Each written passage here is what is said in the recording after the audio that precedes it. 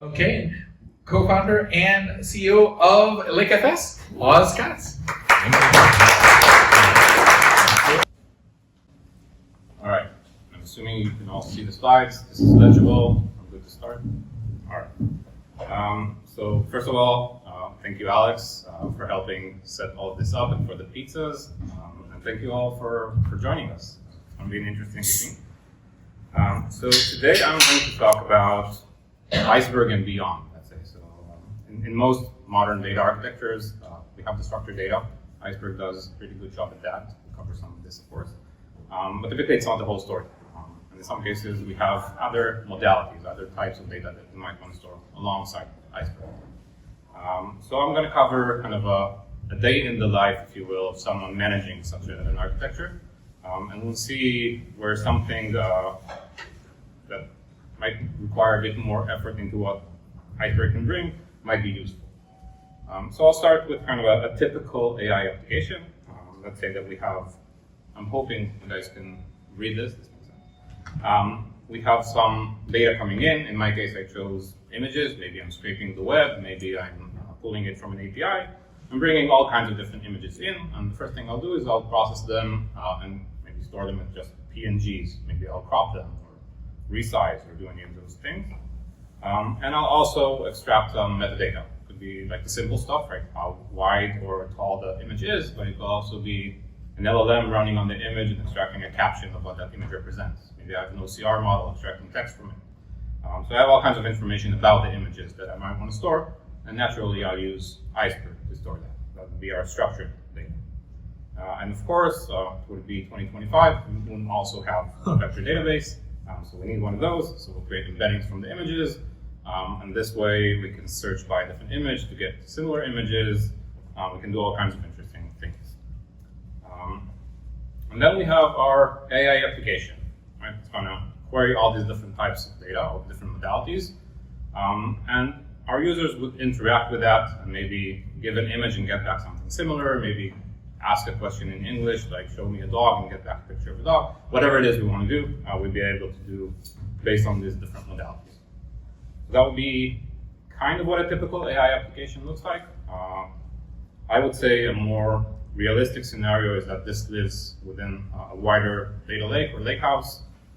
So we have a bunch of other modalities that might come into play. I'm not going to cover those today, but I'm assuming you guys are familiar with them enough.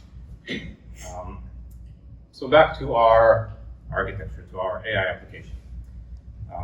So let's say we deployed the application, there's a user that's using it. Already we've done a better job than 90% of the data applications out there.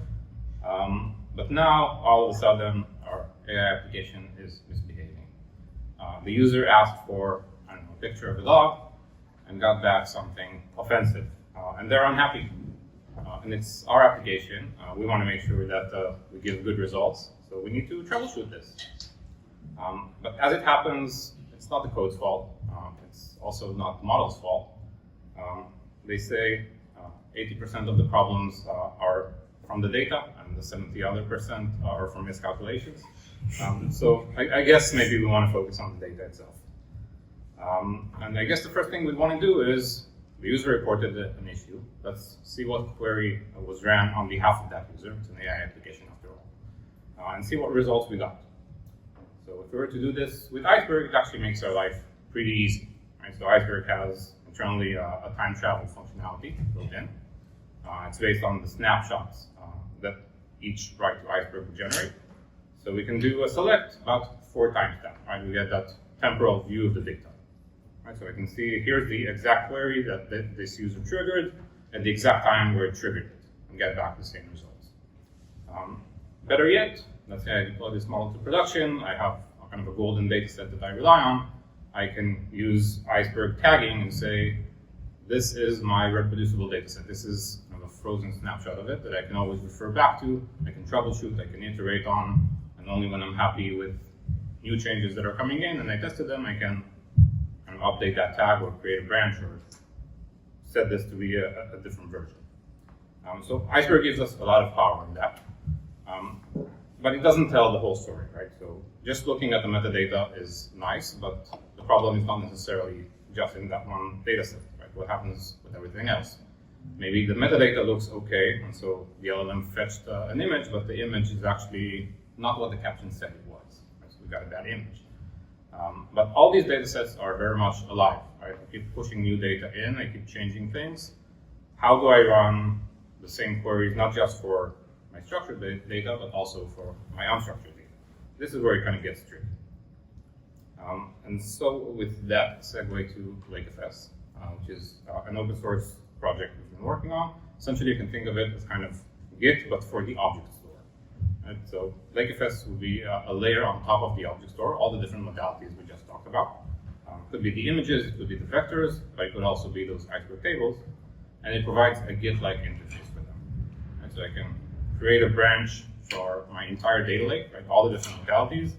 I can merge changes back, I can roll back and look at the history. I have a commit log of everything that happened, right? So even if I do see that something is wrong with the data that existed back then, I now can also tell who introduced that data, when was it introduced, what other data was introduced alongside it.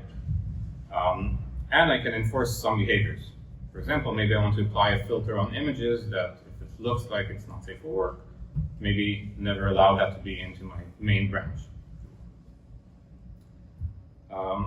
The way this works is that lakeFS acts as a layer on top of that object store, providing both an unstructured API, let's call it, just raw objects. You read and write bytes, just like you would for something like S3 or Google Cloud Store. But it also exposes an Iceberg REST catalog, and that's the structured data side. For those of you who are not familiar, part of the Iceberg specification, there's a REST catalog API spec that, if implemented, you get a catalog that's usable by pretty much any compute tool out there that can speak Iceberg. And lakeFS implements that interface.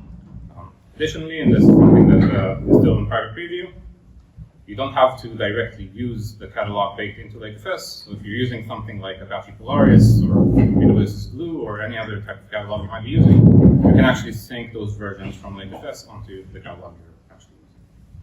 So with that, I think good time to segue to a demo. So I hope the Wi-Fi here is good, so bear with me, everyone. Okay. Is that legible? Yes. Cool. So this is lakeFS. Any of you who have ever used Git or GitHub or anything of that nature, this should feel roughly familiar. In lakeFS, I have a repository. Each repository is backed by some location on the object store. In this example, I created a repository called public domain 12m. That's just a public data set from Hugging Face that has 12 million public domain images with captions and other metadata for them. So I'm trying to simulate that AI application that you saw. If I go to images, this feels and behaves just like any other object store interface, where I have paths and I have those bucket-like repositories. But as you can see, I'm also referring to a specific branch, in this case, main. And I can quickly change between different branches and create those branches. Let's do that. I'll create a branch and I'll call it Oz. And just like it, I didn't have to copy all the data, right? I didn't just copy 12 million images. These branches are copy and write, very similar to how Iceberg snapshots work. But now I'm capturing both my structured data and my Iceberg tables all together as one unit. And that would be kind of the object store API. I use Dremio here to also show you the structured side of things.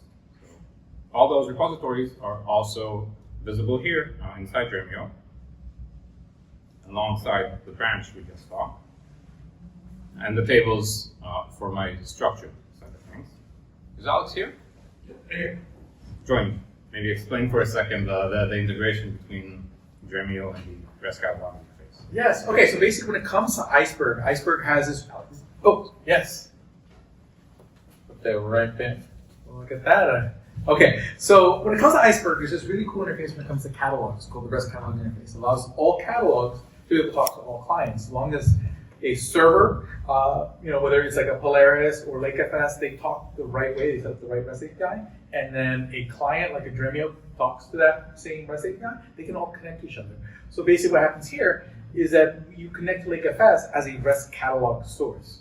Okay, and then basically by connecting that, we can see now everything that's inside lakeFS, and basically allows you to take advantage of lakeFS's features within the Dremio query engine. Anything else I should touch upon? Thank you. All right, so as Alex mentioned, we can see all the data that we have inside that main branch that we just saw. I'm currently using the main branch here as well. But let's say that we got that bad thing that happened, the user complained, we got some nasty responses, and I go in and look at that user complaint, and they're complaining about some image that was returned which was, in their eyes, I guess, obscene. So let's look at that, what could go wrong, right? So the first thing I'll do is I'll create an isolated branch. I want to work in that isolation we talked about. And I'll call it cleanup, also branching out main. If I go here and I'll look for that image, and this person was looking for dogs or something,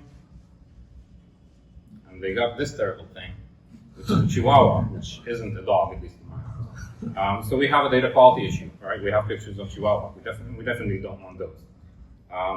So on my cleanup branch, I can go ahead and just delete that image. Sorry, go back to it. And now, just like in Git, I have an uncommitted change, right? And I can decide to commit it. I can decide to look at the diff between my branch and those uncommitted changes, or I can revert, right? Just like in Git. I'll say remove non-dogs. And now this is a change that was applied to my cleanup branch, not yet to my main branch. Because before I remove it from my main branch, there's one other thing I want to do. Any metadata that I have about this image, I want to remove that also. Right? I don't want the user to experience a broken image. So going back here, just refresh the display. So now I see also that cleanup branch that was created, along with all the different tables about that image.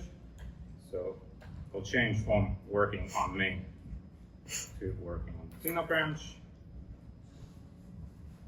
And I can just run these to make sure that this image gets deleted from all my metadata table. Right? I don't want captions for it, I don't want any information about it, no Chihuahuas ever again. And once I've done that, I can decide to go and open a pull request and say, okay, let's make sure that maybe Gottfried, my colleague, actually reviews those changes before I apply them.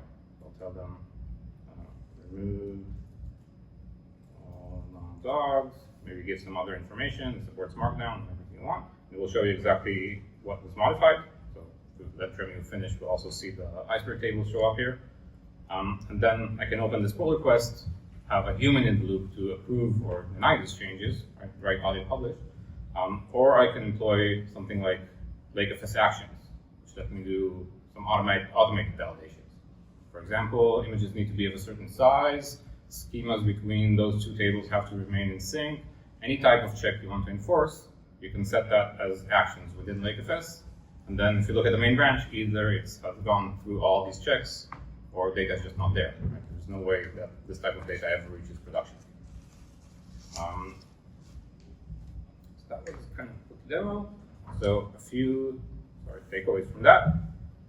So first of all, provenance, or just like the act of understanding what data was actually fed into that model to cause the problem, is super important, right? If we want people to trust our AI applications, if we want to have any confidence in the systems we're building, we want to be able to go and understand how we build those systems so we can actually fix a problem. But that's really challenging to do, especially when you have multiple data sets. Iceberg with time travel, that gives you a good starting point. It doesn't tell the whole story, like who introduced the change or why they did it. But Iceberg and lakeFS together can really help in that regard. And last thing, of course, is that Dremio is awesome, and you should check it out. I love Alex. So. And yeah, with that, happy to take questions. Get time for one quick question. Anyone's got it? Does lakeFS utilize Iceberg's native versioning, or do they have their own? Because obviously, if you're tracking other kind of data, then you have some other mechanism. So how does that work? That's a very good question. So the question was, do we utilize in lakeFS the Iceberg mechanism for doing that time travel, for doing that versioning, or do we do something else? So it's a combination of two. For Iceberg tables, we rely on Iceberg's existing snapshots. That gives us all the guarantees we need to do it for Iceberg tables. For everything else, we have our own internal format, which is not so much optimized for analytics the way Iceberg would be. It's more for random access, right? I'm looking for a specific image for that commit from 2 years ago. I want to be able to refer back to that. And everything has to be on the same S3, or can it be wherever We you import want? from pretty much any object store. So you have like connectors, kind of, I guess. And the idea is just like Git, like it's not opinionated about what type of code or what you're deploying on, just does the versioning and gets out your way. Thank you very much.